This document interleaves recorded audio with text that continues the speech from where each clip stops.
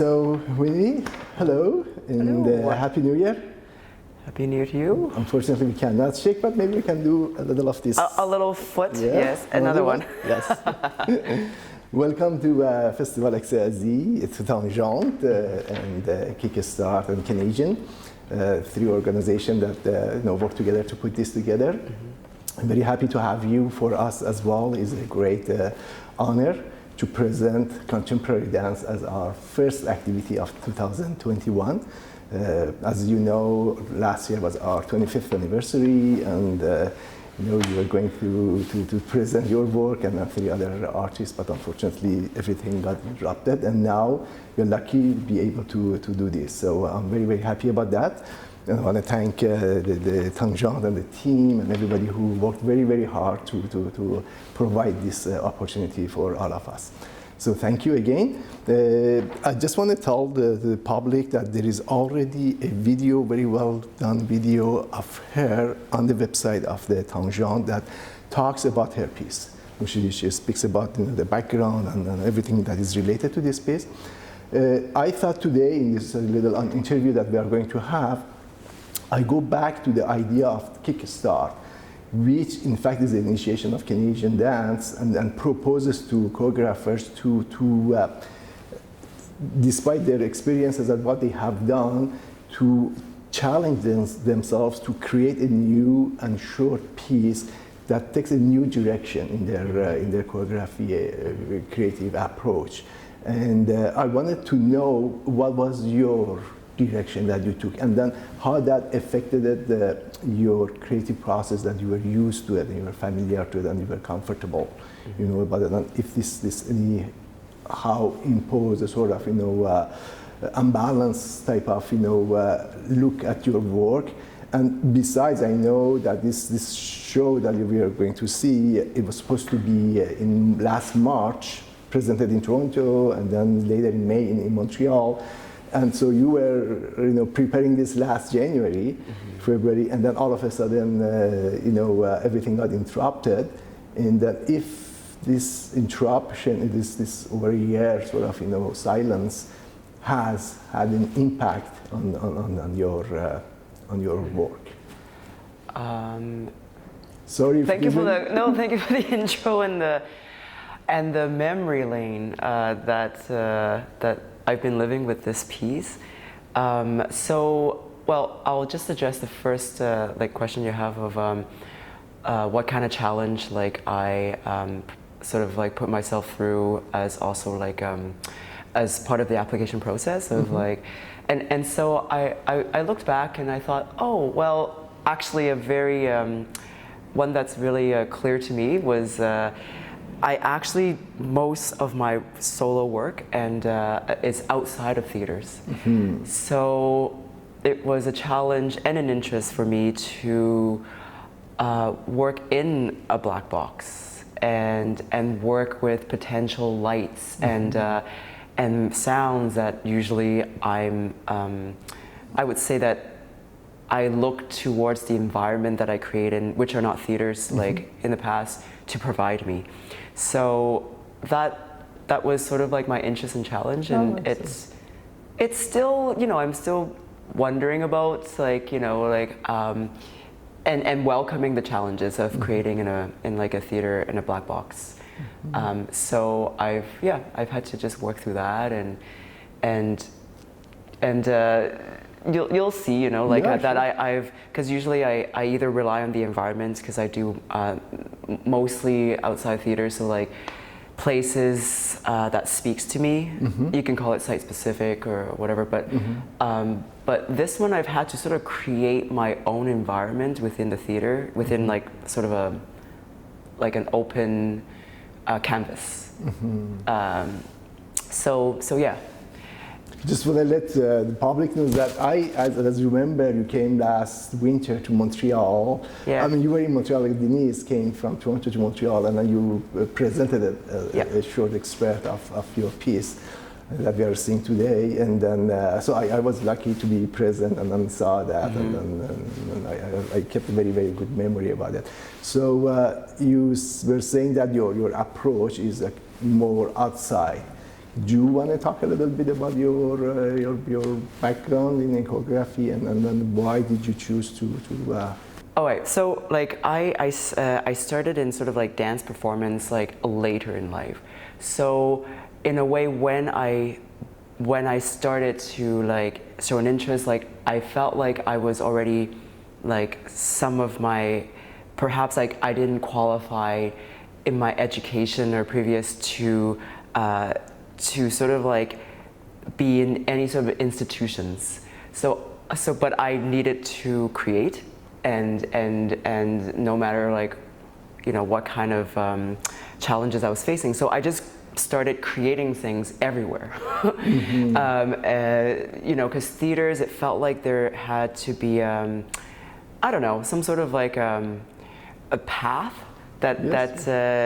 That either I'm either on or not because of my education or because of who I know and community. I just was not, my education was something else, you know, like I had my bachelor's not in the arts. So I just felt like, well, I'm going to just like create if theaters is not like, was not going to provide me opportunities, I was just going to go anywhere. So I started to make work anywhere mm-hmm. except theaters. And so then I developed, like a sensitivity towards space, mm-hmm. and then spending time and also with like resources and finance, like you usually need like financial support to be in theaters, mm-hmm. you know, to have residencies, but like in public spaces you can just exist and spend as much time you can in a place. So I enjoy that, mm-hmm. So I just started doing that, and that was like how I developed and how I developed my own practice. Excellent. Yeah. Yeah. Well, I'm glad that you made that decision to come in, and then I'm very happy that you applied for this application, and I'm very, very glad that you know you are presenting this year with the festival in our 25th anniversary, and at the same time, this is the 5th edition of Kickstart. So. All 5 numbers are there. Oh, and yes. Yeah, happy about that. Yeah. Thank you very much. Is there anything else that you'd like to mention before we finish? Oh, maybe just one thing where you mentioned about like just the very interesting timeline this has taken us. You know, like yes. It was supposed to be like shown in Toronto, and then as again part of CanAsian Dance Festival and Accès Asie, and then also in Montreal in May of 2020.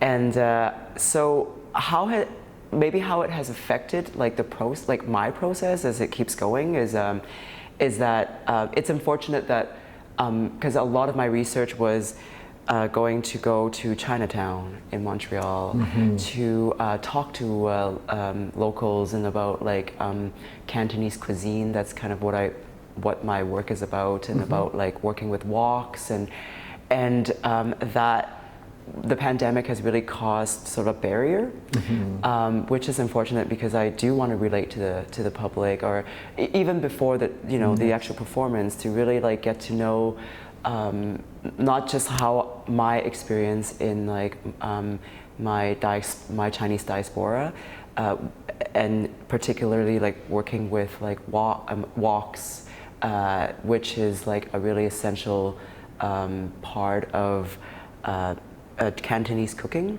but you know, like I wanted to expand my research to touch like again like the communities in yes. Montreal, in particular in Chinatown. It's just at this moment it's so affected that I'm processing that is unfortunate. Sad period we are living in, and I'm sure that has affected your work as well, and many other artists as well. Yeah, mm-hmm. But hopefully we go through this, and then maybe you can go back, and then we bring the walking too. Exactly. Yes, I hope so. Okay. So thank you very much, and Happy New Year. Happy New Year. Yes, thank you for listening to us. Okay. Bonjour, Charo Foo Tai Wei. Bonjour. Hello. Bienvenue à Tangente. Yes. Thank you for coming. Happy New Year. Happy New Year to you too. Yes, it's good to see you. Thank you. Since we cannot shake hands, maybe you can do one of these. Oh yes. Hi. Hi. Yeah. Great. Good to see you. Welcome.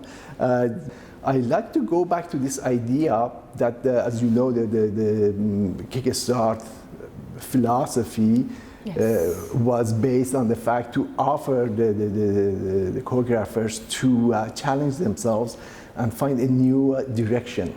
Yes. Something that they never done before, and then experience that, and then create a short piece and then present it. So this was about a year ago that you were chosen among 3 other choreographers, 2 from Quebec and 2 from Ontario, with that challenge to go ahead and prepare this piece. So I'd like you to talk a little bit now that we know where it comes from, but what was this challenge? What was this new direction? What was this sort of confrontation that you had with yourself in order to create this new piece? Right. The main idea, the inspiration came from my aunt, because this piece is like an homage to her. She is a professional Taoist shaman. So I witnessed her doing ritual since childhood, and her intensity, her energy captured me the most. And I told myself that, right, I want to do something about this ritual that I experienced. And the intensity, triggers me the most, that spoke to me the most, and I want to explore that. And in this piece, I explore a lot of different intensity, because while my aunt, she was in the trance, in the ritual, she was not herself anymore. So her body became very restless. She did skipping, jumping, running around, not walking at all for many hours. And I told myself, right, I want to do that. Can I do that? So it's a big challenge. It's a big challenge. And a big challenge, like for me, I know that my body, I don't have how can I say, like a magic body like her who could jump non-stop. But I took her intensity and implant in my body.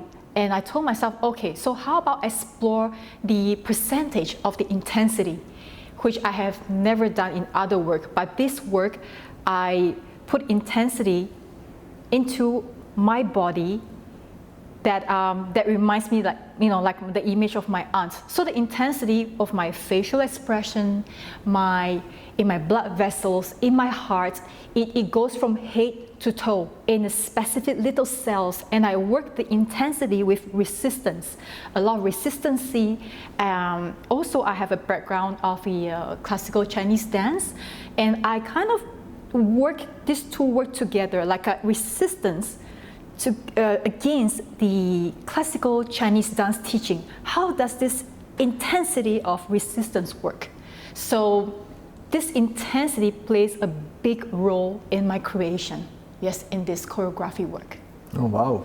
Yes. I remember when I saw those experts, the very first thing, not only me, I think everybody who was in that presentation was present, felt that immense intensity. And I remember myself very well, the facial expressions that were very, very impressive. And I guess at the same time, we not wanting to, we had to leave during a period of time that because of the COVID and then all that we go through, there is a sense of intensity again, double intensity in the everyday life as well. Is that help you to get to that level of intensity, or?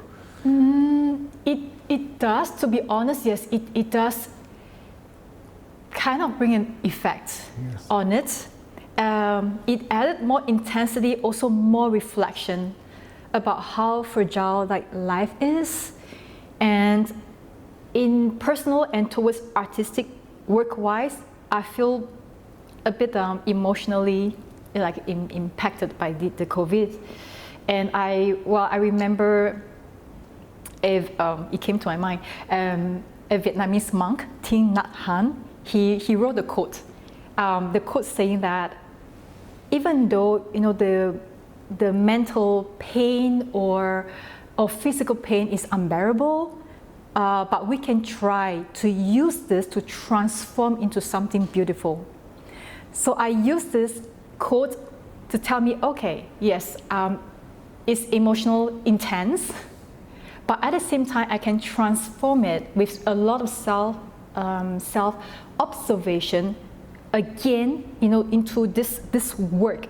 All right, so I can either like double up the intensity, or I can balance the intensity, in the inner work of the inner microscopic research again, like in daily lives or in my artistic approach of working my work.